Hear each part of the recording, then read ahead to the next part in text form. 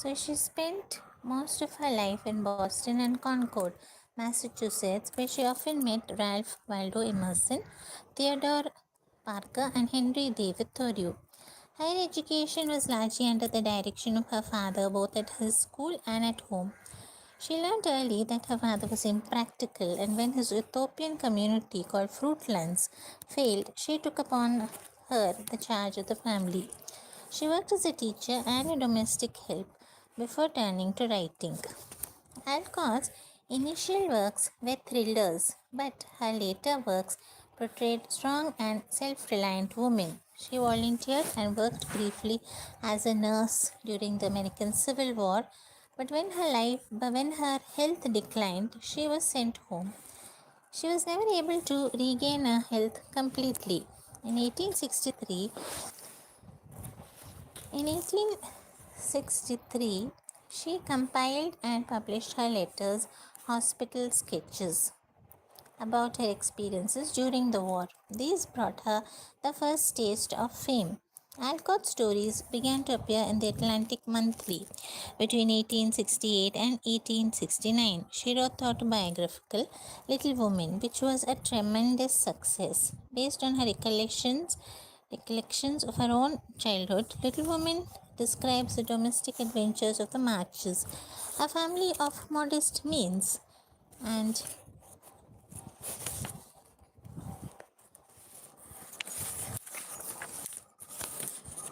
interesting characters, day to day life people, but they had an optimistic outlook. Little Woman created a realistic picture of family life with which her readers could easily identify. She followed Little Woman's success by writing An Old Fashioned Girl in 1870, Aunt Joe's Scrap Bag, the sixth volume, 18. Then another book, Little Men, 1871, Eight Cousins, 1875, Rose in Bloom, 1876, and Joe's Boys, 1886. She spent most of her life in Boston and Concord, caring for her ill mother and helpless father. Her own health too declined, and she died in Boston days after her father's death. Alcott's books for younger readers have remained steadfastly popular. A modern Mephistopheles, published pseudonymously in 1877 and republished in 1987, is a Gothic novel about a failed poet who makes a Faustian bargain. Work, A Story of Experience, 1873. Work, A Story of Experience, 1873, is based on Alcott's own struggles and tells the story of a poor girl trying to support herself by doing menial jobs. And these are some of her works that have been republished in recent times. Then you have characters and focus. So there is Josephine March. She is the protagonist of the novel and the second oldest March sister. So Jo wants to be a writer. She has had quite a temper and a quick tongue, though she tries to control both. Then a tomboy, she is also an advocate for women's rights and has no interest in romance. Her only ambition is to keep her family together. Meg March is the oldest March sister. She is responsible, kind, and loving, though she likes to indulge in little pleasures and little luxuries. Then she represents the conventional and the good and tries to please others.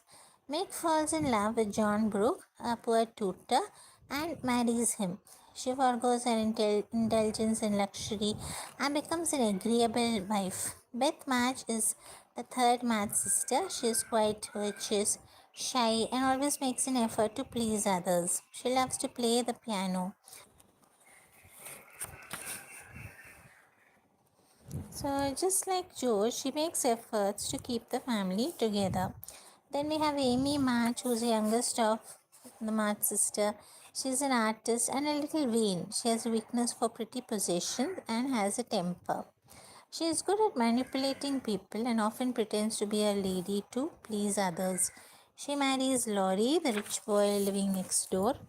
And then we have Laurie Lawrence himself, Theodore Lawrence, lovingly called Laurie or Teddy, who is rich and friendly. He is considered family in the March household. Laurie is charming, clever, intelligent, and good at heart. He struggles with his grandfather's expectations of him, who wants Laurie to continue the family. He is close to Joe, though he marries Amy. Others you will meet in this are Marmee or Mrs. Match. She is a Match girl's mother. Mommy is a role model for her daughters and she counsels them whenever they have a problem. She works hard to make a living while her husband is away at war. She is happy and content with her life and surroundings. Mr. March is March's sister's father and a husband to Marmee. She serves in the army as a chaplain and is away from home. So when he returns, he begins practicing as a minister in a nearby parish. Mr. Brooke is Laurie's tutor. Mr. Brooke is poor but virtuous. He marries Meg. Frederick Beha is a respected professor in Germany and a language instructor in America. He is kind, and Mr. Beha lives in New York where he meets Joe. Mr. Lawrence is Laurie's grandfather, who is kind and loving, though he seems gruff. He treats Beth as his own grandfather. Aunt Madge is a Madge girl's aunt and a rich widow. She is a difficult person, but she adores her nieces and wants the best for them. And then finally, we have the Hummels. They are a poor family living near the Matches house. The family has half a dozen sickly children. Often the Matches help them and nurse the sickly to health. In part 1, we have in chapter 1, we have Christmas as part of it. Christmas won't be Christmas without any presents, grumbled Joe, lying on the rug. Isn't it dreadful to be poor? Sighed Meg, looking at her old dress. It's not fair for some girls to have plenty of good things and other girls to have none at all, added little Amy with a sniff. We've got father, mother in each other, said Beth with genuine contentment. The four young faces on which the firelight shone brightened at the cheerful words, but darkened again as Joe said sadly, "We haven't got father and shall not have him for a long time." Each girl became quite sad as they thought of father on the war front. All were quiet for a minute. Then Meg said, "You know, my mother proposed not having any presents this Christmas. It's going to be a hard winter for everyone, and so we ought not to spend money for pleasure when our men are suffering so for our sake. I don't think the little we would spend would make any difference. We each got just $1, and the army wouldn't be much helped by that," added Amy.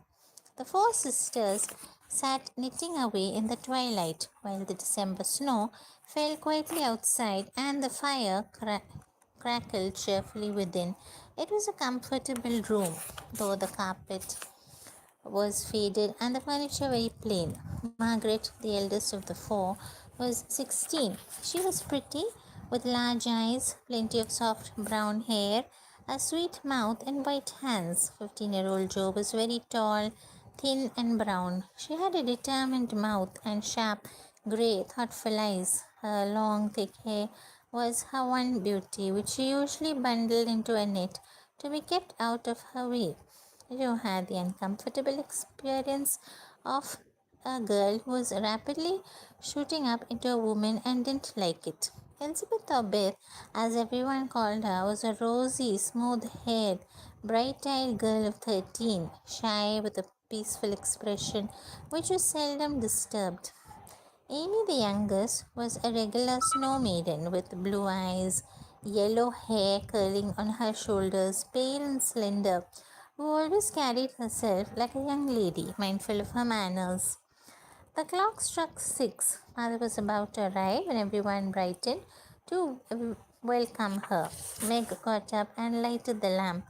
"Let's each of us get her something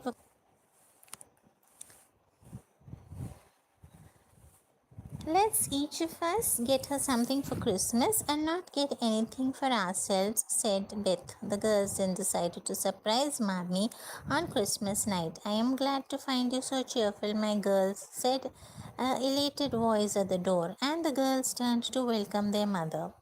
Well, my dears, how was your day? Mommy inquired as she sat down, ready to enjoy the happiest hour of her day. Then, with a particularly happy face, she added, I've got a treat for you all. A quick, bright smile went around like a streak of sunshine as he exclaimed, A letter from father. Yes, a nice long one, he is well. He sends his best wishes for Christmas and an special message to you girls, said Mrs. March, patting her pocket. How I wish I could be near him and help him, exclaimed Joe with a sigh. They all drew close to the fireplace. Mother sat in the big chair with the girls around her. It was a cheerful letter full of lively descriptions of camp life and military news. Only at the end did the writer's heart overflow with fatherly love and longing for the little girls at home.